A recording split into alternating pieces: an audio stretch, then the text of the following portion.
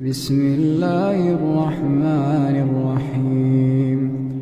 سوچئے، انسانیت کا آغاز جب دنیا میں مکمل خاموشی تھی، پھر ایک ایسا جرم ہوا جس نے اس خاموشی کو ہمیشہ کے لیے توڑ دیا۔ یہ کوئی معمولی واقعہ نہیں تھا، بالکل نہیں۔ یہ وہ لمحہ تھا جس نے انسانیت کی تاریخ کا رخ ہی بدل کر رکھ دیا۔ اور سب سے حیران کن بات، یہ تاریخ کا پہلا قتل تھا، اور یہ ایک بھائی نے اپنے ہی بھائی کا کیا تھا۔ تو سوال یہ اٹھتا ہے کہ آخر ایک بھائی قاتل بنا کیسے؟ آئیے اس کہانی کی تہہ تک جاتے ہیں اور اس سوال کا جواب ڈھونڈتے ہیں۔ اس پوری کہانی کو سمجھنے کے لیے ہمیں بالکل شروع سے دیکھنا ہوگا کہ آخر یہ جھگڑا، یہ تنازع شروع کیسے ہوا۔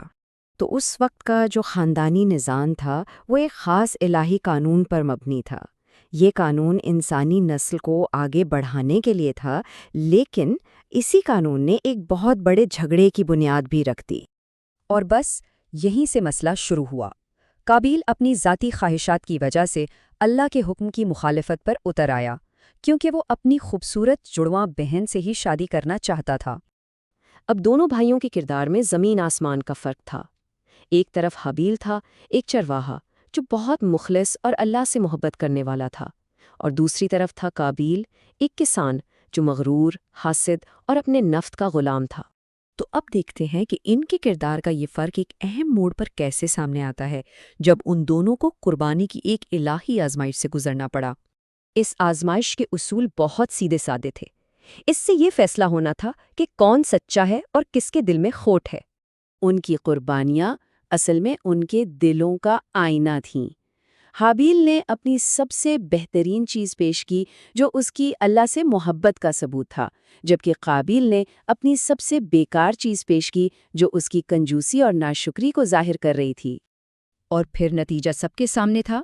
آسمان سے ایک آگ اتری اور حابیل کی قربانی قبول کر لی گئی، جبکہ قابیل کی قربانی ویسی کی ویسی پڑی رہی۔ قرآن کی یہ آیت قابیل کے غصے اور حابیل کے پرسکون ایمان سے بھرے جواب کو واضح کرتی ہے۔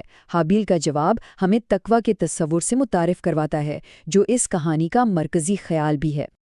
اب کہانی اپنے سب سے تاریک موڑ پر آتی ہے، ایک ایسا قتل جس کے نتائج کا قابیل نے کبھی سوچا بھی نہیں تھا۔ تاریخ کا پہلا قتل، وہ بھی شیطان کی رہنمائی میں ہوا۔ اسی نے قابیل کو دکھایا کہ کس طرح ایک پتھر سے ایک پرندے کا سر کچل کر اپنے سوئے ہوئے بھائی کو قتل کیا جا سکتا ہے۔ قتل تو کر دیا، لیکن اس کے بعد قابیل پر ایک عجیب بے بسی اور الجھن طاری ہو گئی۔ تاریخ کا پہلا جرم تو ہو چکا تھا، لیکن اب وہ یہ نہیں جانتا تھا کہ لاش کا کیا کرے۔ اور عین اسی بے بسی کے لمحے میں اسے ایک ایسی جگہ سے سبق ملا جس کا اس نے سوچا بھی نہیں تھا، ایک کوے سے۔ قرآن کی یہ آیت بتاتی ہے کہ کیسے ایک کوے نے قابیل کو دفنانے کا طریقہ سکھایا، اور یہی وہ لمحہ تھا جب قابیل کو اپنے کیے پر شدید پچھتاوا ہوا، گہری ندامت ہوئی۔ دیکھیے، یہ کہانی صرف ایک تاریخی واقعہ نہیں ہے، بلکہ اس میں ہم سب کے لیے ایک آفاقی پیغام ہے۔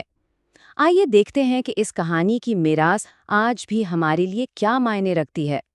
ایک، یہ صرف ایک نمبر نہیں ہے، اس کے پیچھے ایک بہت گہرا اخلاقی اصول چھپا ہے۔ اس کہانی سے جو سب سے بڑا سبق ملتا ہے وہ قرآن کے مطابق یہ ہے کہ ایک انسان کی جان لینا پوری انسانیت کو قتل کرنے کے برابر ہے، اور ایک جان بچانا پوری انسانیت کو بچانے کے برابر ہے۔ تقویٰ، یہی وہ چیز تھی جس نے دونوں بھائیوں میں بنیادی فرق پیدا کیا۔ یہی وہ پیمانہ تھا جس پر ان کے اعمال کو پرکھا گیا۔ اور یہ کہانی صرف اسلام تک محدود نہیں، یہ دنیا کے بڑے مذاہب میں ایک مشترکہ داستان ہے جو اس کی آفاقی اہمیت کو اور بڑھا دیتی ہے۔ قابیل کو نہ صرف جلاوطن کیا گیا، بلکہ اسلامی روایات کے مطابق اس پر قیامت تک ہونے والے ہر قتل کا بوجھ بھی ڈال دیا گیا۔ سوچئے، ایک ایسا گناہ جس سے وہ کبھی پیچھا نہیں چھڑا سکتا۔ تو آخر میں یہ قدیم کہانی ہم سب سے ایک سوال کرتی ہے جو آج بھی اتنا ہی اہم ہے۔